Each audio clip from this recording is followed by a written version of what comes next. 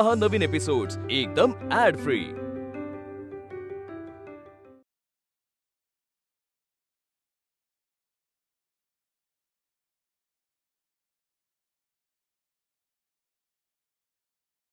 आता इथे एकच गोष्ट होणार, अंधार।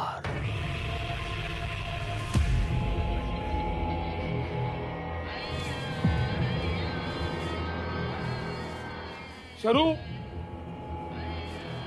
शरू कुठेस तू? शरू चल,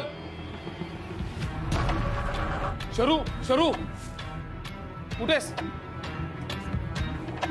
शरू, नानांचं आपण सगळं करूनच इकडनं निघणार आहोत, आय प्रॉमिस। हे बघ, धडपडशील तू, मी सांगतोय तुला, सगळीकडे अंधार आहे, चल। शरू, शरू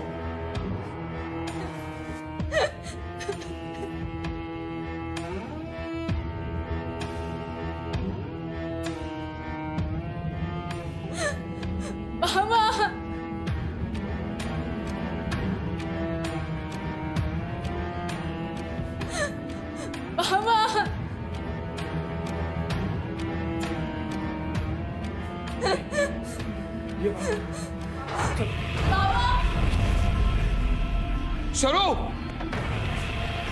शरू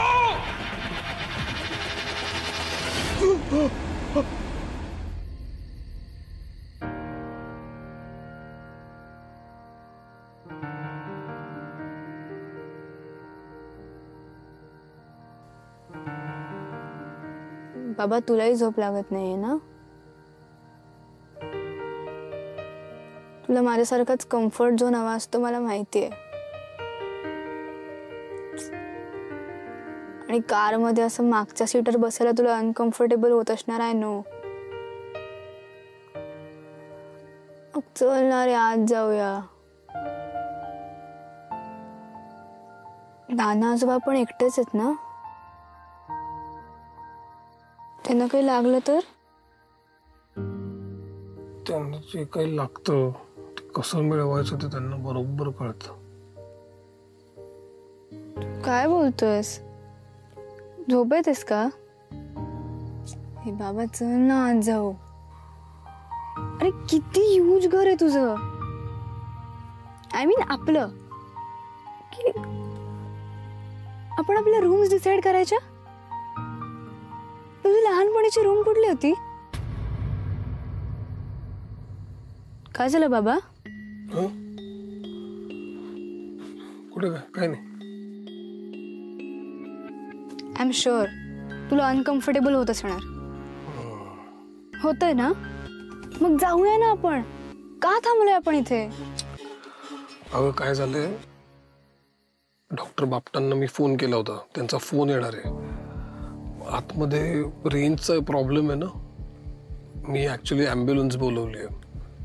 नाना आजोबांना हॉस्पिटलमध्ये ऍडमिट करायचं ना आपल्याला। बाबा, मला माहिती होतं तू किती रागवलास किंवा किती चिडलास ना, तरी तू तुझ्या बाबांची कधीच वाईट नाही वागणार। मला खूप छान वाटलं ऐकून। बाबा, आजोबांना काय झालंय? ते मगाशी असं का करत होते? हे तात्पुरतच असेल ना? परत बोलता येईल ना त्यांना? अरे यार, गप्प बस ना जरा। हे एवढूशा दिमाग मध्ये किती प्रश्न असतात, मावतात तरी का ते? काही नाही, नो बडबड ना, झोपायचंय। कालपासून तू जागीच आहेस, चल। चल झोप। लहानपणी तू कसं म्हणायचीस ते बेंजामिन फ्रँकलिनचं वाक्य? Early to bed and early to rise makes a man girl girl girl girl या girl healthy wealthy and wise. Yes. आणि तू म्हणायचास म्हातारासारखं, लवकर निजे लवकर उठे, तया ज्ञान संपत्ती आरोग्य लाभे। चल झोपायचं, चल। हे बाबा, ते बघ काजवे, वंडरफुल। चल ना जाऊया बघायला। त्याचं घर कुठे ते बघूया ना. तुला माहितीये, मला ना असं वाटतं काजव्यांना माझ्याशी काहीतरी बोलायचंय. असं असतं ना तर मी काजव्यांना हातात घेतलं असतं आणि तासन तास त्यांच्याशी गप्पा मारल्या असत्या. आपण एकटक काजव्याकडे बघत राहिलो की मनात उजेड पडतो ना. आई म्हणायची, लख्ख उजळलेलं मन कधीच चुकत नाही.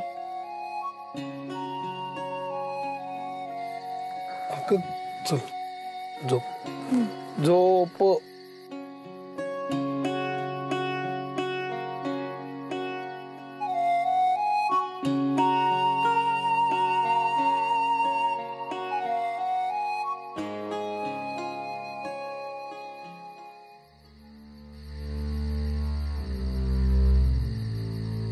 प्रत्येक बापाला वाटत असतं पोरांनी आपल्या जवळ राहावं, त्याचं प्रेम मिळावं, त्याचा सहवास मिळावा. पण इथं मी अनंता इथून निघून जाण्यासाठी प्रार्थना करतोय. जा अनंता, जा. सॉरी शरू, माझ्याकडे दुसरा कुठलाच पर्याय नव्हता.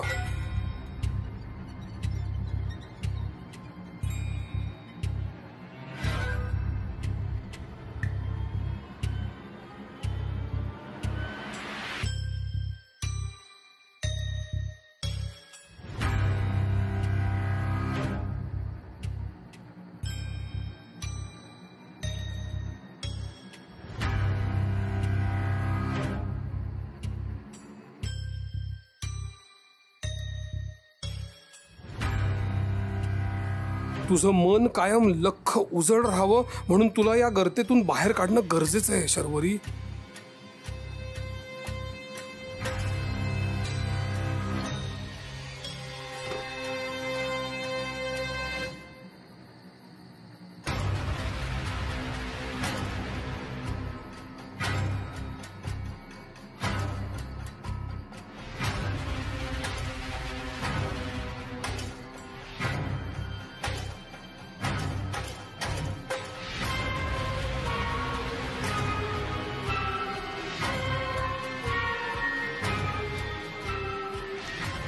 Hello doctor Bapat.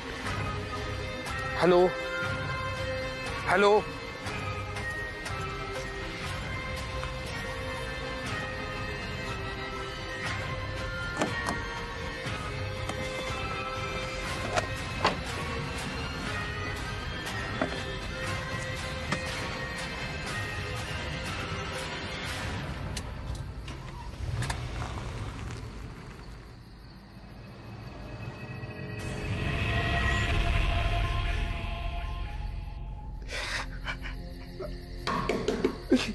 गेला गेला माझा अनंता, गेला गेला. सुटला विचारा. तू माझी वाचा बंद केलीस पण त्याचा काहीही उपयोग झाला नाही. मी अनंताला काही सांगायची गरजच पडली नाही. त्याचं त्यालाच कळलं. गेला गेला, शरूला घेऊन गेला. तो वाडा कुणाला काय सांगत नाही. ज्याला वाड्याची खरी हकीकत माहिती ना, तो त्याच्या वाट्याला कधीच जात नाही. म्हणजे वाड्यात भूताटकी आहे हेच ना.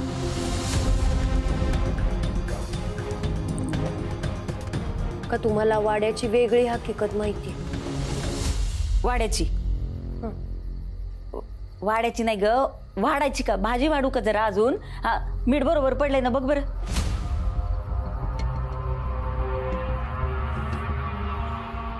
भूताटकीचं माहित नाही,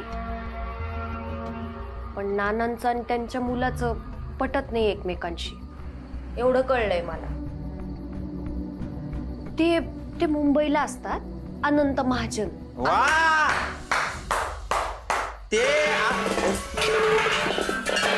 बापरे, अनंत महाजन, अनंत महाजन, अनंत महाजन. ते बघितलं का आई कसा आदर देते त्याला. आता म्हणा खाण्यातच नाव घे. ए शशी, तोंडाला आवर घाल जरा. ए मला नाही हिला आवर घालायला सांग. आता तो वाड्याचा मालक आहे म्हणल्यावर गप बसतो होय. जसं बाप तसं पोरग. 2 दिवसात हिला पण सवय लागली त्याची. ग बसा, वाटेल ते बोलू नका. अयो होय नाही, घाबरलो मी. मी गप बसतो. गप बस, मी गप बसतो. माझी आई गप बसल. गप बशीच आहे ती. अहो पण ते गावातले लोक बॉम्बला लागले ना, बा बोंबलत आहेत. हे मग त्यांना मी सांगून ठेवतो मग.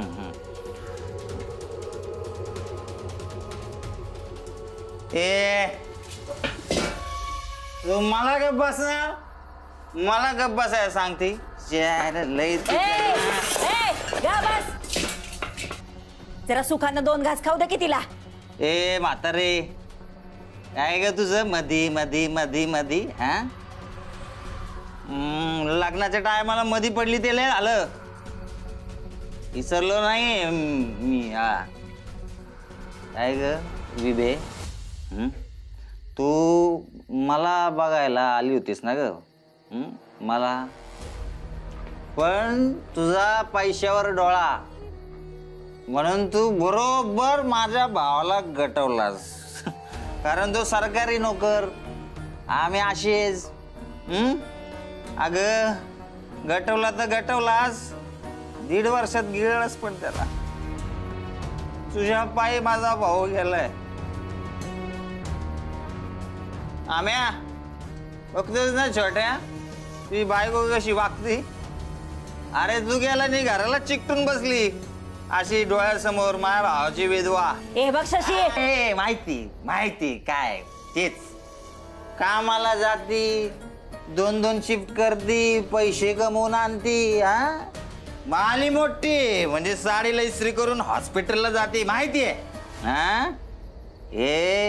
हिला ही पैसे कमावती ना, त्याला माज आलाय माज. बरोबर, तुला काय वाटलं नवरा मेलाय, दीर तिकडं कामासाठी वन फिरतो महिने. ही म्हातारी येडी, ही लक्ष देत नाही. तुला रान मोकळं म्हणून जाते वाड्यावर. पण जेव्हा तुझ्या ध्यानात आलं का माझं तुझ्यावर लक्ष आहे, तेव्हा तू माझ्या विरोधात साक्ष दिलीस. मला कायद्यानं बाजूला केला.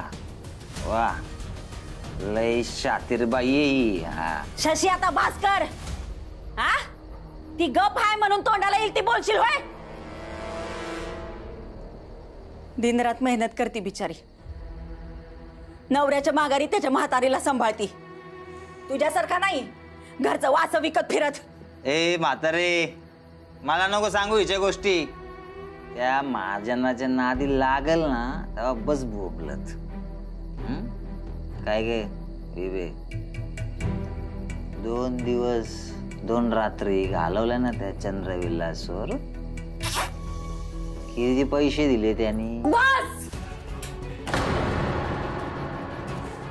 तुमची घाणेरडी नजर आणि सडकं डोकं घेऊन निघा इकडनं. तुम्ही बाहेर काय करता हे एकदा बोलले तर जेल झाली होती तुम्हाला, लक्षात असू द्या.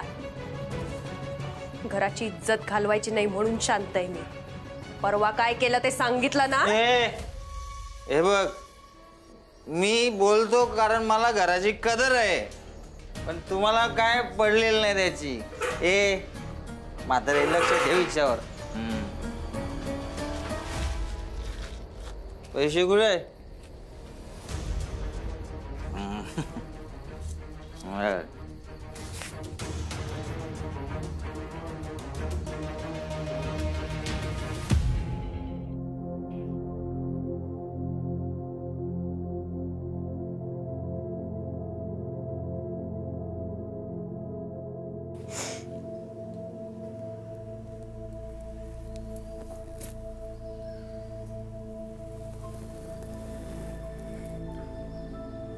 आई,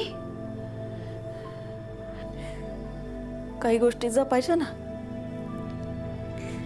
तर आपल्यापासून लांबच ठेवायला लागतात.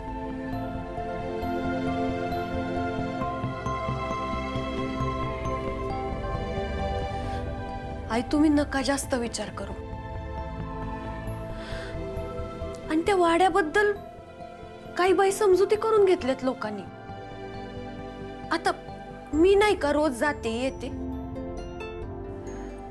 तिकडे त्या महाजनांची मुलगी आहे शर्वरी, ती तारा आहे, आम्ही सगळ्या नीट आहोत. आणि मी तिकडे गेले म्हणजे नानांची तब्येत फारच खालावली होती म्हणून गेले. आणि ते अनंत महाजन पण जास्त दिवस नाही थांबणार चंद्रविलास मध्ये. नानांची व्यवस्था करतील, त्यांच्या मुलीला घेतील आणि जातील मुंबईला कायमचे. म्हणजे मग दादांचंही तोंड बंद होईल.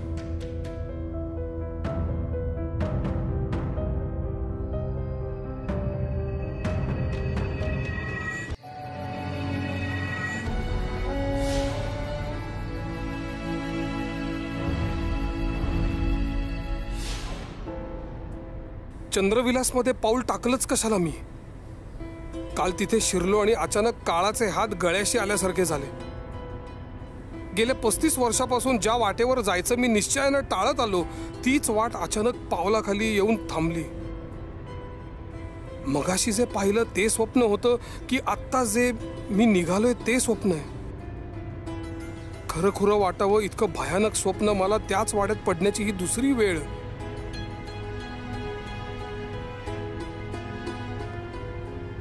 वाड्यात राहायला आलो तेव्हाही असंच भयानक स्वप्न पडलं होतं मला.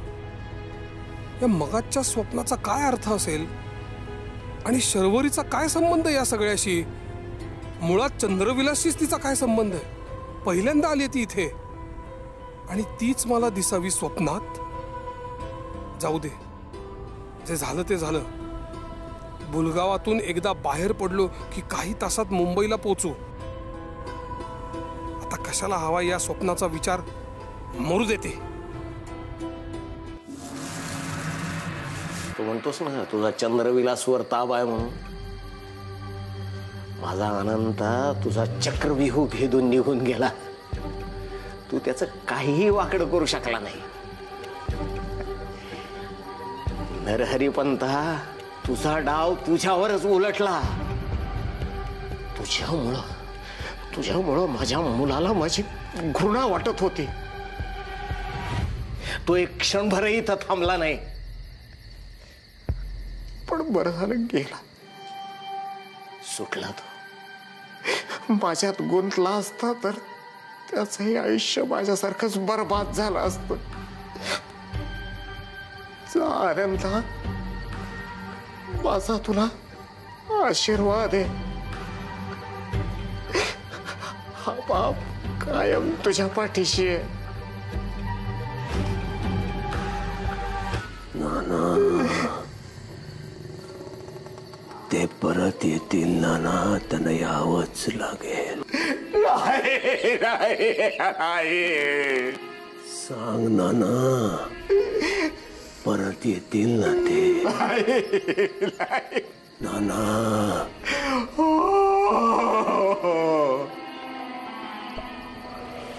कसे परत येतील सांग बरं ते. नाकाला लागे रक्ताची धार, श्वास कोंडेल, त्यांना परत यावं लागेल.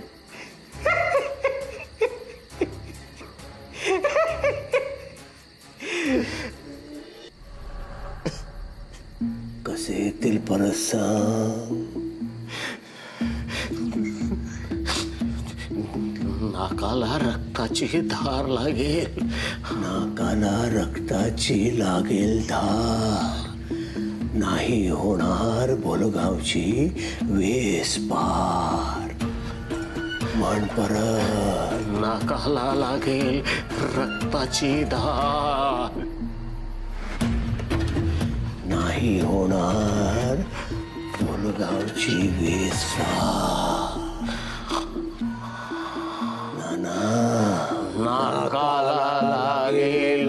रक्ताची धार, नाही होणार भुलगावची वेस पार, नाकाला लागेल रक्ताची धार, नाही होणार भुलगावची वेस पार, नाकाला लागेल रक्ताची धार, नाही होणार फुलगावची वेस पार, नाकाला लागेल रक्ताची धार, नाही होणार फुलगावची वेस पार.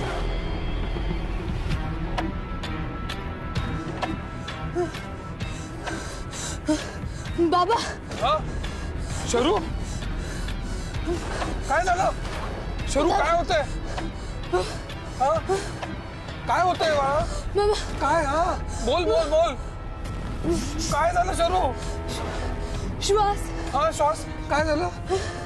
श्वास घेता येत नाही. श्वास घेता येत नाहीये? थांब थांब थांब थांब, काही काळजी नको करूस, मी आहे शरू. थांब.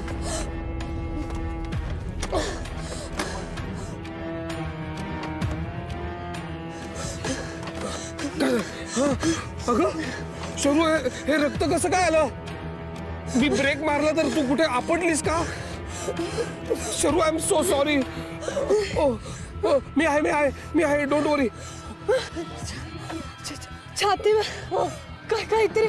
काय छातीवर काय? वजन ठेवल्यासारखं झालंय.